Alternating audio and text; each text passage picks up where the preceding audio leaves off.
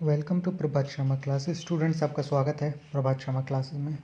Students, आज हम लेकर आए आपके लिए कुछ एक्स्ट्रा क्वेश्चंस, एक्स्ट्रा वर्क। जैसे कि हम एनसीईआरटी के क्वेश्चंस के बाद कुछ एक्स्ट्रा वर्क भी करते हैं, तो आइए इन क्वेश्चंस को प्रैक्टिस करते हैं और ज़रा ध्यान देते हैं ये क्वेश्चंस हमें क्या कहते हैं। तो स्टूडेंट्स, बिना किसी देरी करे हुए हम अपनी वीडियो को स्टार्ट करते हैं। अगर हम हमारे चैनल पर न्यू हैं तो प्लीज़ लाइक एंड सब्सक्राइब करना ना भूलें और हमारी चैनल के साथ, वीडियोज़ के साथ अपडेट बने रहें। तो स्टूडेंट्स, अपना सबसे पहला क्वेश्चन जो दिया हुआ है वो उसमें ये है मल्टीपल चॉइस क्वेश्चंस, यानी कि इसमें कुछ ऑप्शंस दे रखे हैं और इसमें आपको बताने हैं कि इसमें कौन सा क्वेश्चन बिल्कुल सही है, कौन सा ऑप्शन सही है। तो स्टूडेंट्स, सबसे पहला फर्स्ट जो दिया हुआ है वो ये है, the central feature of democracy is. हमारा देश, जैसे कि आपको पता है कि हमारा देश डेमोक्रेटिक कंट्री है, यहाँ पर सभी लोग बराबर हैं और भी हमारे सभी लोग बराबर होने के मतलब से ही तो यहाँ पर सभी लोगों को एक इक्वल माना जाता है। और डेमोक्रेटिक कंट्री का होने का ये भी एक सबसे बड़ा रीज़न ये है कि यहाँ पे जो भी इलेक्ट होके आता है लीडर, वो एज अ पार्टिसिपेशन से इलेक्ट होके आता है, यानी कि लोगों की सहमति से। जो जिस भी लीडर को लोग, जिस भी कैंडिडेट को लोग वोट देंगे, वही आगे चुना जाएगा, वही आगे इलेक्ट किया जाएगा और वही आकर उनका एक नया लीडर बनेगा। तो स्टूडेंट्स, ये भी हमारा यही है कि हमारा देश जो है एक रिप्रेजेंटेटिव से चल रहा है, इसीलिए हमारा देश में सेकंड रीज़न ये भी है कि हमारा देश को डेमोक्रेटिक कंट्री कहा जाता है। तो स्टूडेंट्स, हमारे इसी डेमोक्रेसी के होने की वजह से ही तो हम अपने ऑप्शंस पर आते हैं। तो सबसे पहला ऑप्शन स्टूडेंट्स इसमें दिया हुआ है लिबर्टी। लिबर्टी का मतलब होता है कि हमारा देश में किसी भी चीज़ को करने की फ्रीडम है, पूरी छूट है, स्वतंत्र है, कुछ भी इंसान काम कर सकता है, कहीं पर भी रह सकता है, किसी भी रिलीजन को फॉलो कर सकता है और फ्रीडम ऑफ एक्सप्रेशन भी है। जो उसके मन में आए वो अपने थॉट्स को एक्सप्रेस कर सकता है, अपने विचारों को प्रकट कर सकता है। तो ये लिबर्टी का मतलब हुआ। सेकंड इसमें दे रखा इक्वालिटी, यानी कि सभी लोग बराबर हैं, किसी के सभी लोग समान हैं, सभी किसी के साथ भी हम कह सकते हैं कि इनइक्वालिटी बिल्कुल बर्दाश्त नहीं है। और ये अब जब बर्दाश्त नहीं है तो ये हमारे देश के कॉन्स्टिट्यूशन यानी कि हमारे संविधान में भी लिखा हुआ है कि अगर कहीं पे भी अनलॉफुल प्रैक्टिस की जाए या अनटचेबिलिटी करी जाए, जहाँ पे इनइक्वालिटी हो रही है, वहाँ पर उस जगह को फिर पेनलाइज भी किया जाएगा। उस इंसान को, जो उस जगह पर इंसान कर रहा है इनइक्वालिटी, उसको फिर पनिशमेंट भी दी जाएगी। नेक्स्ट है, तो इसमें यही हुआ कि हमारा सभी लोग बराबर हैं और in the eyes of the law all peoples are equal, nobody is superior. Second bolt, third option दिया हुआ हमारा इसमें जस्टिस, यानी कि हमारे देश में अब जस्टिस के लिए कुछ ऐसी इंस्टीट्यूशनल बॉडी बनी हुई हैं। जैसे हमारे देश में कोई भी बात हो जाती है तो उस पर न्याय करने का जो अधिकार है, यानी कि जस्टिस करने का जो राइट है, वो हमारे कोर्ट्स को दिया गया है, कॉन्स्टिट्यूशन है। और उसके लिए हमारे लिए हाई कोर्ट, सुप्रीम कोर्ट और डिस्ट्रिक्ट एंड सेशन कोर्ट भी बने हुए हैं। तो ये जस्टिस है, बिल्कुल किसी भी इंसान के साथ हमारा देश अनजस्टिस कर सकता नहीं है। नेक्स्ट है फ्रैटर्निटी। फ्रैटर्निटी का मतलब है कि हमारे देश में जितने भी लोग हैं सभी भाईचारे की भावना से रहें, लोग सभी मिलजुल कर रहें, प्यार से रहें। प्यार से रहेंगे तभी हमारा काम होगा। तो अब इसमें यही पूछा हुआ है कि इसका करेक्ट ऑप्शन क्या है। सेंट्रल फीचर जो हमारे देश का कहा जाता है वो हमारे देश का स्टूडेंट्स इनइक्वालिटी को कहा जाता है। तो इक्वालिटी को कहा जाता है, यानी कि हमारे देश में सभी लोग बराबर हैं और कानून की नज़र में in the eyes of the law all peoples are equal, no one is superior. कोई भी इंसान, किसी के साथ भी कोई भी जात की जा रही है, किसी के साथ भी कोई अन्याय किया जा रहा है तो, या भेदभाव किया जा रहा है, रेशियल डिस्क्रिमिनेशन किया जा रहा है, रंग भेद, तो ये सारी इसमें कानून हमारे इसको, देश जो है इसको बर्दाश्त नहीं कर सकता। तो हमारा देश का सबसे सेंट्रल फीचर जो है हमारा देश का डेमोक्रेसी का, डेमोक्रेटिक कंट्री का, वो है हमारा इक्वालिटी।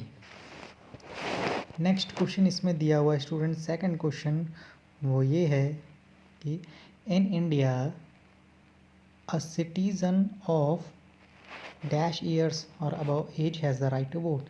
ये तो बहुत ही इजी क्वेश्चन है और हम सबको पता भी है, हमने लोअर एजेस में भी पढ़ा है और प्लस हायर क्लासेस में भी पढ़ा हुआ है। लोअर क्लास के साथ।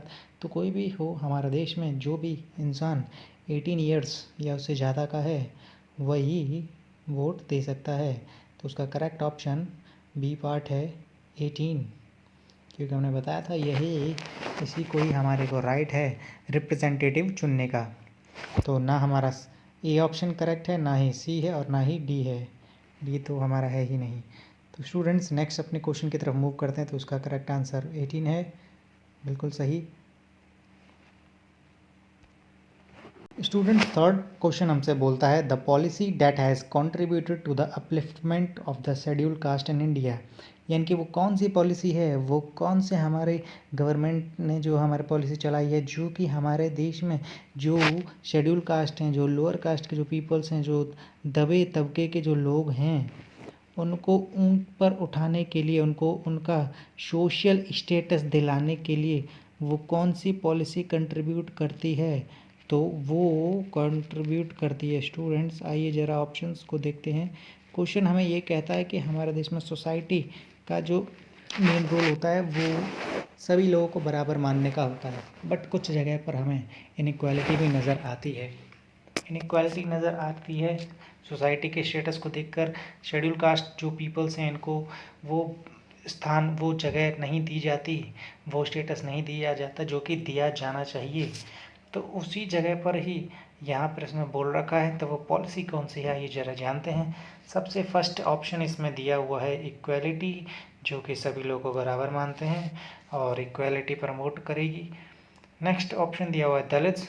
दलित्स को तो हमें पता है ये कॉन्स्टिट्यूशनल टर्म है, जो कि लो कास्ट के जो पीपल होते हैं, नीची कास्ट के, उनके लिए एक शब्द, एक वर्ड का यूज़ किया गया है जिसको हम दलित बोलते हैं। और दलित का मतलब होता है अनटचेबल्स, छूत, अछूत जो होते हैं हमारे। दलित का मतलब अनटचेबल्स के लिए ये वर्ड यूज़ किया गया है। और नेक्स्ट दे रखा है प्रोटेक्टिव डिस्क्रिमिनेशन।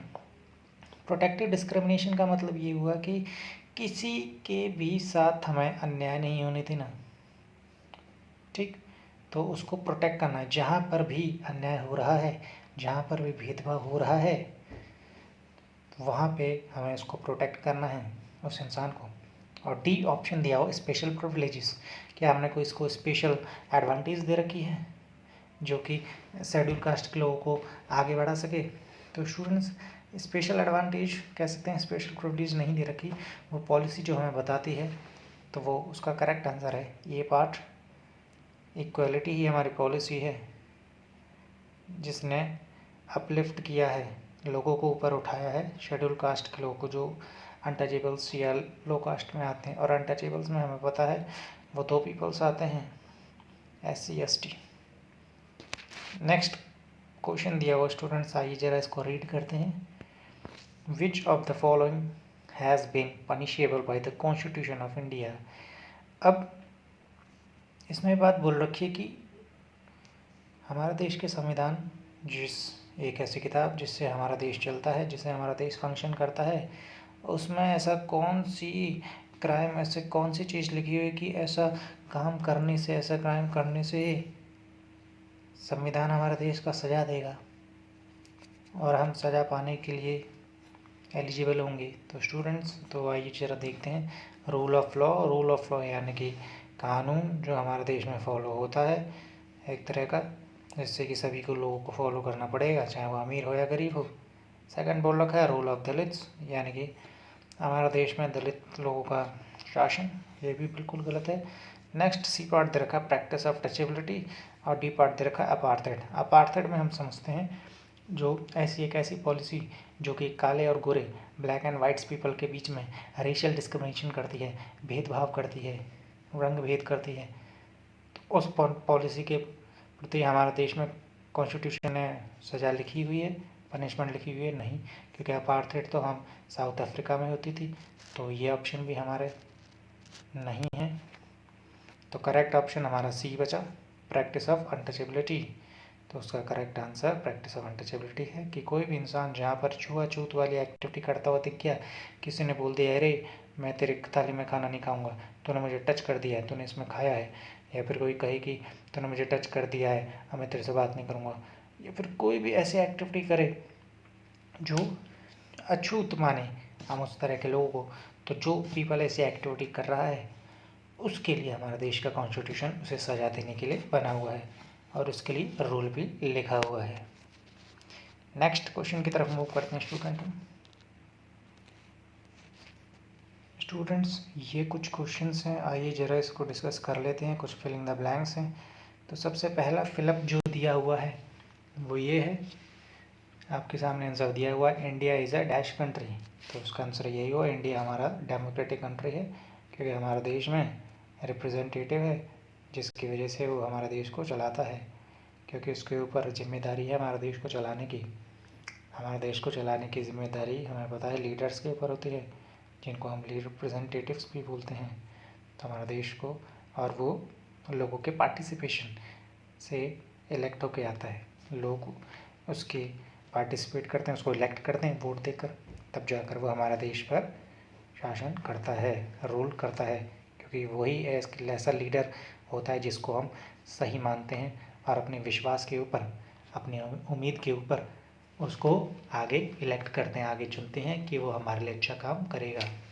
तो हमारा देश एक डेमोक्रेटिक कंट्री है। सेकंड बोल रखा है, डैश इज़ अ की फीचर ऑफ डेमोक्रेसी, ये हम एमसीक्यू में कर रखे हैं।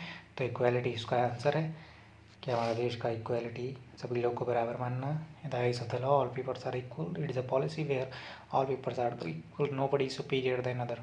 तो यानी कि इसमें हमारे देश का की फीचर जो वो इक्वालिटी को बोला गया है। थर्ड इसमें बोला गया, थर्ड, द आइडिया ऑफ यून dash is based on the idea of equality.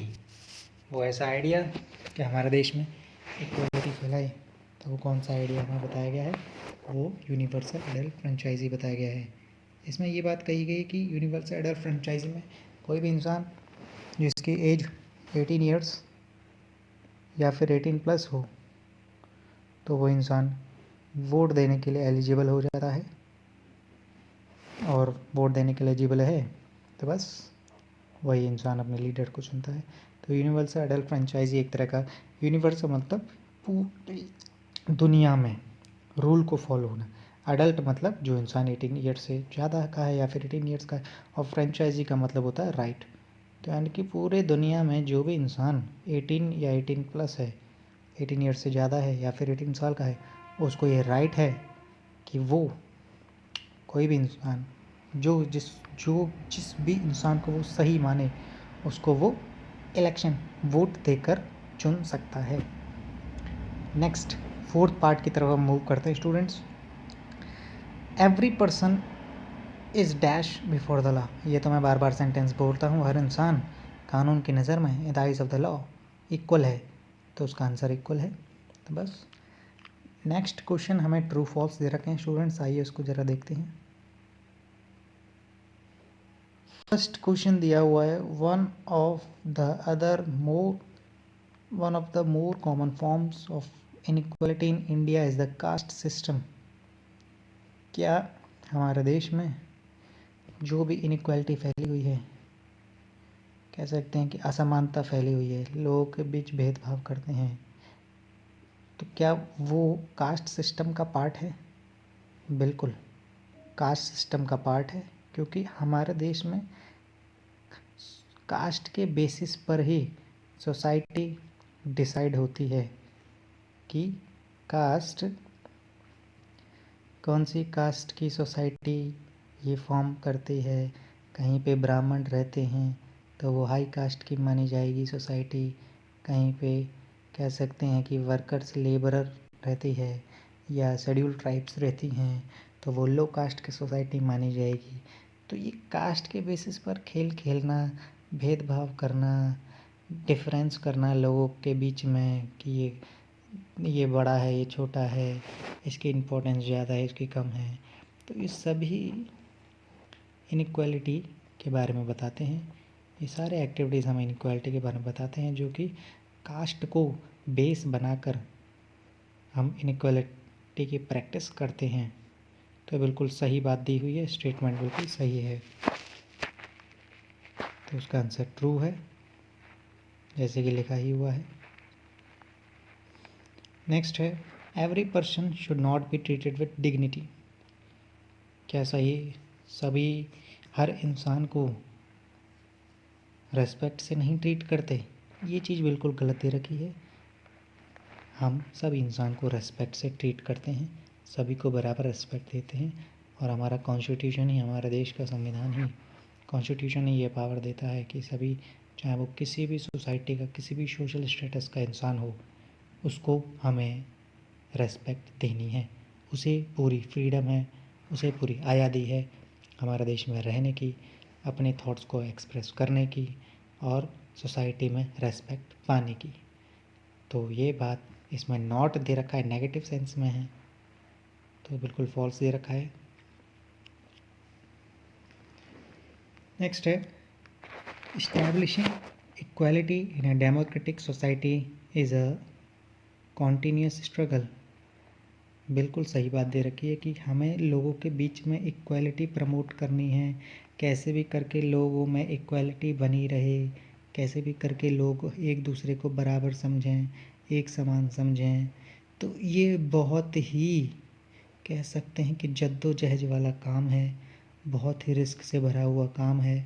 तो ये बिल्कुल सही बात दे रखी है कि हमारे देश में सभी लोगों के दिमाग में इक्वलिटी प्रमोट करना, सभी को बराबर का नज़रिया देना कि सभी लोग बराबर हैं हमारी सोसाइटी में, ये बात बताना सबसे कठिन काम है। तो बिल्कुल सही दे रखा है, उनकी सोच को बदलना बिल्कुल कठिन काम है। तो बिल्कुल सही दे रखा है स्टेटमेंट, तो उसका आंसर ट्रू है। तो स्टूडेंट्स, आज के क्लास में, आज की वीडियो में हमने देखा, कुछ ऑब्जेक्टिव क्वेश्चंस किया, एक्स्ट्रा वर्क किया। नेक्स्ट क्लास में, नेक्स्ट वीडियो में हम क्वेश्चन आंसर्स करेंगे। तो स्टूडेंट्स, यहाँ पर आपकी वीडियो ख़त्म होती है, क्लास ख़त्म होती है। वीडियो अच्छी लगी तो लाइक एंड सब्सक्राइब करना ना भूलें। Okay, thank you class, stay home, stay safe.